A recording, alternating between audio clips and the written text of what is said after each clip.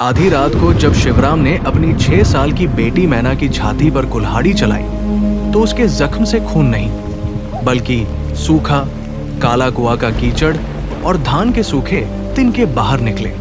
वो मरी नहीं, वो बस अपनी सफेद बिना पुतली वाली आंखों से उसकी तरफ देखकर हंसने लगी और उस शांत अंधेरे कमरे में उसकी आवाज गूंज उठी, बापू, तुमने अपनी असली बेटी को तो 14 साल पहले ही उस कुएं में छोड़ दिया था, फिर आज किसे मार रहे हो?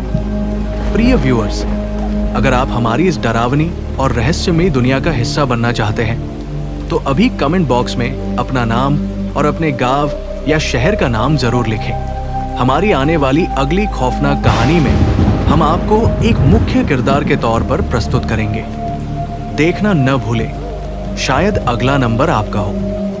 साल 21 की कड़कड़ाती ठंडी और तूफानी रात थी। अवध के एक छोटे से घने जंगलों से घिरे गांव भैरवपुर में पिछले 3 दिनों से मूसलाधार बारिश हो रही थी। चारों तरफ ऐसा घना कोहरा छाया था कि हाथ को हाथ नहीं सूझता था। इस तूफान ने पूरे गांव को बाकी दुनिया से काट दिया था। शिवराम पुरखों की थोड़ी सी जमीन पर खेती करने वाला एक साधारण इंसान था, लेकिन उस रात उसके घर के भीतर जो खौफ नाच रहा था उसकी कल्पना किसी ने नहीं की थी। उसकी 6 साल की बेटी मैना ने पिछले 3 दिनों से न कुछ खाया था न पिया था। वो बस एकटक घर की कच्ची छत को घूरती रहती थी। उस रात ठीक 12 बजे मैना अचानक अपने बिस्तर से उठी। उसकी आंखें पूरी तरह सफेद हो चुकी थी। वो अपनी मां पार्ती की तरफ बढ़ी जो कोने में सो रही थी। मैना ने बिना कोई आवाज किए पार्ती का गला अपने नन्हे हाथों से दबोच लिया। एक 6 साल की बच्ची में इतनी ताकत थी कि पार्ती का दम घुटने लगा और उसका चेहरा नीला पड़ने लगा। शिवराम की आंख खुली तो अपनी पत्नी को तड़पता देख उसकी रूह कांप गई। उसने मैना को हटाने की कोशिश की, लेकिन मैना की पकड़ लोहे जैसी मजबूत थी। अपनी पत्नी की जान बचाने के लिए हड़बड़ाहट और पागलपन में शिवराम ने पास ही रखी लकड़ी काटने वाली कुल्हाड़ी उठा ली। उसने अपनी ही बेटी की छाती पर पूरी ताकत से वार कर दिया। जैसे ही कुल्हाड़ी मैना की छाती पर लगी, शिवराम चीख पड़ा। उसकी छाती के उस गहरे जख्म से लाल खून की एक बूंद भी नहीं टपकी। उसकी जगह किसी सड़ चुके पुराने कुएं का काला गाढ़ा कीचड़ और धान के सूखे तिनके बाहर निकलने लगे। पूरा कमरा किसी लाश की सड़न जैसी बदबू से भर गया। कुल्हाड़ी सीने में धंसी थी, पर मैना मरी नहीं। वो अपनी सफेद आंखों से शिवराम की तरफ देखकर खिलखिलाकर हंसने लगी और कमरे में उसकी भारी आवाज गूंज उठी, बापू, तुमने अपनी असली बेटी को तो 14 साल पहले ही उस कुएं में छोड़ दिया था, फिर आज किसे मार रहे हो? पार्ती जमीन पर गिरकर हांफने लगी। उसके कांपते हाथों में पीतल की एक पुरानी लालटेन थी, जिसकी पीली रोशनी हवा से बार बार बुझने की कगार पर पहुंच रही थी। शिव, ये हमारी मैना नहीं है। पार्ती की आवाज कांप रही थी। मैना के पैर देखो, जरा इसके कंबल को हटाकर देखो। शिवराम ने लालटेन की रोशनी को मैना के पैरों की तरफ घुमाकर कंबल हटाया। उसकी चीख गले में ही दफन हो गई। कंबल के नीचे से जो पैर बाहर निकले थे वो इंसानी मांस के नहीं थे। वो लकड़ी के 2 सूखे टेढ़ मेढ़े तने थे जिन पर इंसानी चमड़ी मढ़ी गई थी। जहां पैर की उंगलियां होनी चाहिए थी वहां सूखी जड़ें निकली हुई थी जो बिस्तर की चादर को जकड़े हुए थी। आखिर ये सब शुरू कहां से हुआ था? ये रहस्य 14 साल पुराना था। ठीक 3 दिन पहले जब तूफान शुरू हुआ था, गांव के एकांत हिस्से में स्थित कालका कुआं से एक अजीब सी फुसफुसाहट सुनाई देने लगी थी। वो कुआं जिसे सन 1800 के अकाल और महामारी के बाद से ही भारी पत्थरों से ढककर और लोहे की जंजीरों से बांधकर हमेशा के लिए बंद कर दिया गया था, अचानक खुल गया था। तूफान के पहले दिन की रात को गांव का बूढ़ा चौकीदार दीनू सबसे पहले उस कुएं की तरफ गया था। वो भागता हुआ आधी रात को शिवराम के घर का दरवाजा पीटने लगा। जब शिवराम ने दरवाजा खोला तो दीनू की हालत देखकर उसके होश उड़ गए। उसका पूरा शरीर कीचड़ से लथपथ था और आंखें फटी की फटी थी। जमींदार साहब, वो वापस आ गई है, दीनू ने शिवराम के कुर्ते को पकड़ते हुए कहा। कौन वापस आ गई है दीनू? साफ साफ बताओ। शिवराम ने उसे झकझोरा। आपकी पहली पत्नी रूपमती, जिसे 14 साल पहले डायन कहकर इसी कुएं में जिंदा फेंक दिया गया था। कुएं के ऊपर रखे भारी पत्थर बिखर चुके हैं, जंजीरें पिघल गई हैं और कुएं के काले अंधेरे के अंदर से लाल कांच की चूड़ियों की खनक साफ सुनाई दे रही है। वो आपका नाम पुकार रही है, शिवराम साहब। दीनू इतना कहते कहते अचानक जमीन पर ढह गया और उसकी सांसें थम गई। वो खौफ के मारे वही दम तोड़ चुका था। दीनू की बातें सुनकर शिवराम सन्न रह गया। रूपमती, उसकी पहली पत्नी, जो शादी के ठीक 1 साल बाद अचानक रहस्यमय तरीके से गायब हो गई थी। उस वक्त शिवराम के पिता और गांव के बुजुर्गों ने उससे कहा था कि वो घर के गहने लेकर किसी तांत्रिक के साथ भाग गई। उसने उन पर यकीन कर लिया था और 2 साल बाद पार्ती से शादी कर ली थी। लेकिन आज दीनू जो कह रहा था वो भयानक था। क्या रूपमती को जिंदा कुएं में फेंका गया था?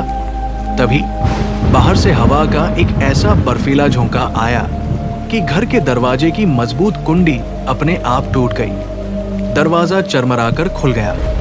बाहर केवल काला सन्नाटा था, लेकिन उस कोहरे के बीच से रेंगती हुई एक आवाज शिवराम के कानों तक आई। शिवराम, तुमने तो मुझे भुला दिया, लेकिन मैं तुम्हें एक पल के लिए भी नहीं भूल पाई। रात के ठीक 2 बज चुके थे। बिजली इतनी जोर से कड़की कि पूरा घर खड़खड़ा उठा। तभी कमरे के भीतर फर्श के नीचे से एक बेहद धीमी दस्तक हुई। पार्वती ने डर के मारे अपना मुंह बंद कर लिया। तभी मैना, जो बेजान पड़ी थी, अचानक झटके से उठकर बैठ गई। उसकी रीढ़ की हड्डी से लकड़ियों के टूटने जैसी आवाजें आईं। उसकी गर्दन बिना किसी प्रयास के पूरे 180 डिग्री घूम गई और उसका चेहरा सीधे शिवराम की तरफ हो गया। मां आई है, मैना के मुंह से एक भारी और खोखली आवाज निकली। शिवराम हाथ में अपनी लाठी लेकर दरवाजे की तरफ बढ़ा। जैसे ही उसने दरवाजा खोला, सामने कोई नहीं था, लेकिन जब उसने नीचे जमीन पर देखा तो उसके रोंगटे खड़े हो गए। गीली मिट्टी के 2 पैरों के निशान फर्श पर अपने आप बन रहे थे, जैसे कोई अदृश्य इंसान बाहर से चलकर अंदर आ रहा हो। वो निशान सीधे चलते हुए आए और ठीक वही आकर रुक गए जहां शिवराम खड़ा था। शिवराम को अपनी गर्दन के ठीक पीछे किसी की ठंडी सांसों का एहसास हुआ। शिवराम, तुमने अपनी नई गृहस्थी बहुत अच्छी बसा ली। वो आवाज सुरीली लेकिन खौफनाक थी। पर क्या तुमने कभी सोचा कि उस ठंडे कुएं में मैंने 14 साल कैसे काटे? शिवराम झटके से पीछे मुड़ा, लेकिन वहां कोई नहीं था। मगर जब उसने कमरे के अंदर देखा तो पार्वती फर्श पर बेसुध गिरी पड़ी थी और पलंग पर से मैना का वो लकड़ी का ढांचा गायब था। दीवार पर कोयले से एक कुएं का चित्र बना हुआ था। अब शिवराम के पास घर पर बैठकर डरने का वक्त नहीं था। वो हाथ में एक जलती हुई मशाल और कुल्हाड़ी लेकर उसी मूसलाधार बारिश के बीच कालका कुएं की तरफ दौड़ पड़ा। रास्ते में पड़ने वाले खेत इस तूफानी रात में ऐसे लग रहे थे मानो काले साए पानी के भीतर तैर रहे हों। जब शिवराम कालका कुएं के उस वीरान मैदान में पहुंचा तो वहां का नजारा देखकर उसकी सोच ने समझने की शक्ति ही छीन ली। कुएं के चारों तरफ जमीन पर गांव के 5 सबसे सम्मानित बुजुर्ग घुटनों के बल बैठे हुए थे। उनके हाथ पीछे बंधे थे, लेकिन सबसे खौफनाक बात यह थी कि उन 5 के धड़ पर सिर नहीं थे।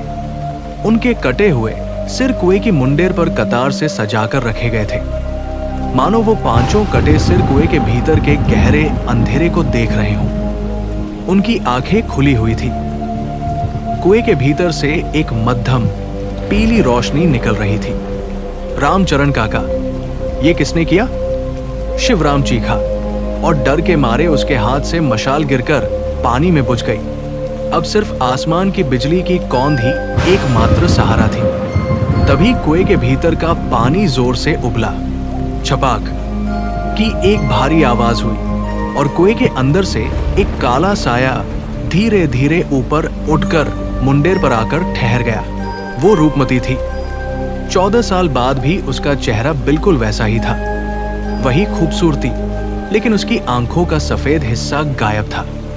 वहां सिर्फ 2 गहरे काले गड्ढे थे। उसने लाल रंग का वही रेशमी जोड़ा पहना हुआ था जो उनकी शादी के दिन का था, लेकिन वो जोड़ा अब काले कीचड़ और खून से सना हुआ था। उसके हाथों के नाखून असाधारण रूप से लंबे और नुकीले हो चुके थे। तुम डर रहे हो, शिवराम? रूपमती मुंडेर पर बैठ गई। उसकी लाल चूड़ियां आपस में टकरा रही थी। तुम्हें तो खुश होना चाहिए कि तुम्हारी मैना सही सलामत है। देखो उसे। रूपा ने कुएं के पीछे इशारा किया। वहां एक पुराना पीपल का पेड़ था जिसकी मोटी डाल से मैना बंधी हुई थी, लेकिन ये वो लकड़ी के पैरों वाली मैना नहीं थी। ये शिवराम की असली हाड़मांस की 6 साल की बेटी थी जो ठंड से कांप रही थी और रो रही थी। बापू, मुझे बचाओ। मैना की चीख ने शिवराम के भीतर के पिता को जगा दिया। मेरी बेटी को छोड़ दे रूपमती, तेरा गुनाहगार मैं हूं। तू कहती है कि तू भाग गई थी, फिर इन बुजुर्गों ने तेरे साथ क्या किया? शिवराम ने अपनी कुल्हाड़ी रूपा की तरफ तान दी। रूपा जोर से हंसी। उसकी हंसी इतनी भयानक थी कि आसमान की बिजली और तेजी से कड़की। मैं अपनी मर्जी से नहीं भागी थी शिवराम, मुझे इस कुएं में जिंदा दफन किया गया था। और किसने किया? तुम्हारे पूजनीय पिता ने और इन 5 बुजुर्गों ने, जिनके सिर आज इस मुंडेर पर हैं। क्यों?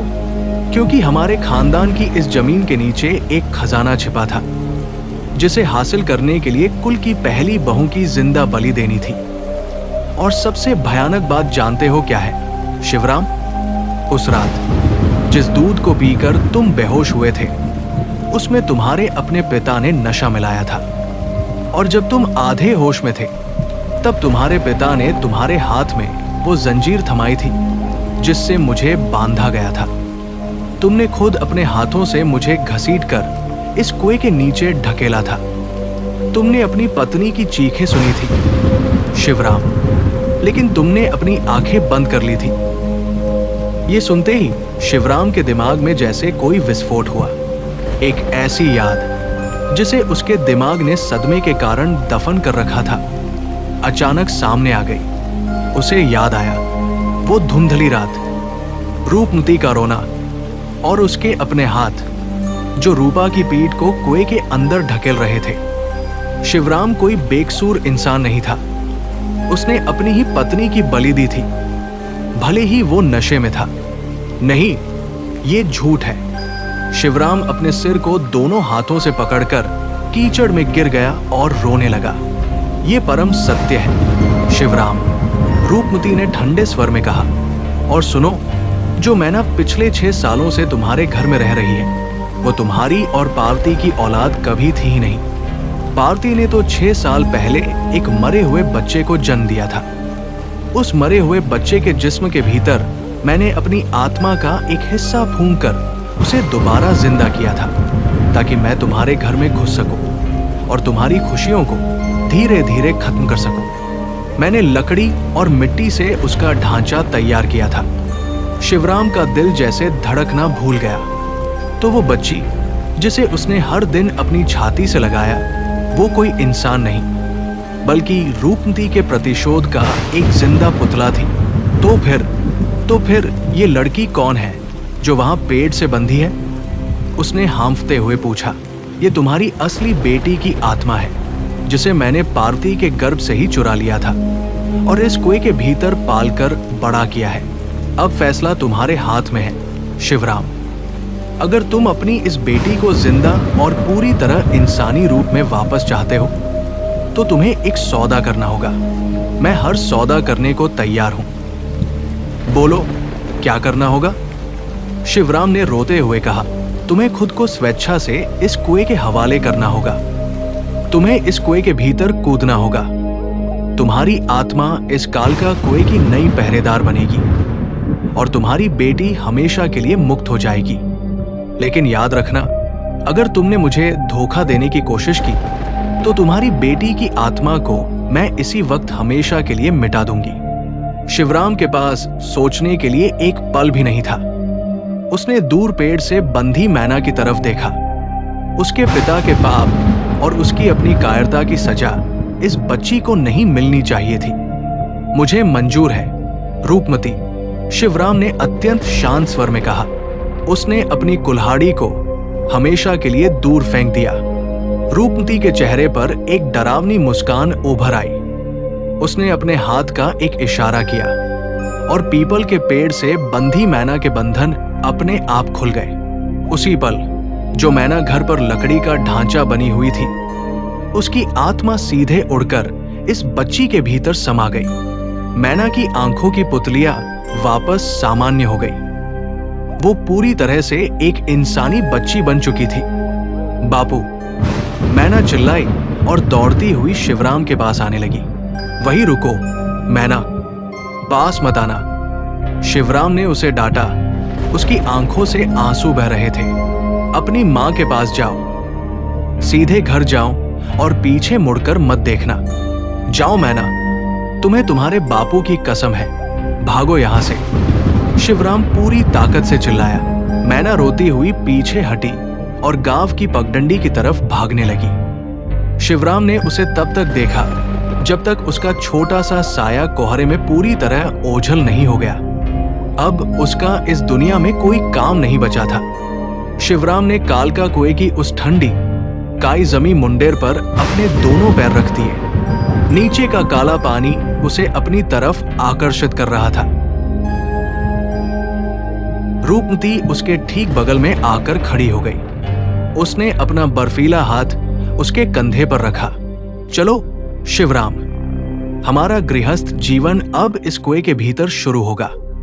वहां न कोई पिता होगा, न कोई समाज। शिवराम ने अपनी आंखें बंद की, भगवान का नाम लिया और उस अथाह अंधेरे कुएं के भीतर छलांग लगा दी। छपाक, ठंडे भारी पानी ने उसे पूरी तरह से अपनी गिरफ्त में ले लिया।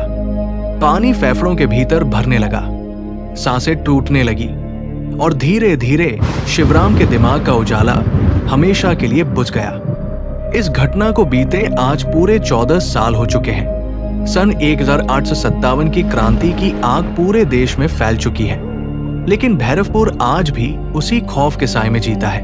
वो कालका कुआं आज भी गांव के उस वीरान कोने में मौजूद है। गांव के पुराने बुजुर्ग बताते हैं कि जब भी भैरवपुर में अमावस की रात को भारी बारिश होती है तो उस कुएं के भीतर से किसी आदमी के जोर जोर से सिसकने की आवाजें आती हैं। मैना, मेरी बेटी। और अगर कोई राहगीर उस रात रास्ता भटक कर उस कुएं के पास चला जाए और अपनी लालटेन कुएं के भीतर चमकाए तो उसे पानी के भीतर 2 चेहरे दिखाई देते हैं। एक सुंदर औरत का चेहरा जिसकी आंखें पूरी तरह काली हैं, और एक मर्द का चेहरा जिसकी आंखों से खून के आंसू बह रहे हैं। दोनों एक दूसरे का हाथ पकड़े बस मुस्कुरा रहे होते हैं। एक ऐसी मुस्कान जो देखने वाले का मानसिक संतुलन हमेशा के लिए छीन लेती है। शिवराम ने अपनी बेटी की जान तो बचा ली, लेकिन अपनी ही पहली पत्नी के साथ वो आज भी उस ठंडे और अंधेरे कुएं में तड़प रहा है। पाप चाहे अनजाने में हुआ हो या मजबूरी में, उसकी कीमत तो चुकानी ही पड़ती है। दोस्तों, शिवराम और मैना की ये दर्दनाक और खौफनाक दास्तान आपके दिल तक जरूर पहुंची होगी। ऐसी ही रोंगटे खड़े कर देने वाली और जज्बातों से भरी अनसुनी कहानियों को हम आप तक लाते रहते हैं। इस कहानी को बनाने में बहुत मेहनत और एक गहरा दर्द छिपा है।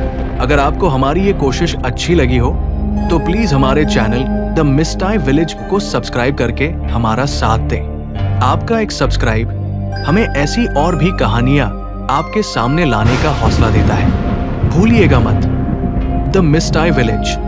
अपना ख्याल रखिएगा। धन्यवाद।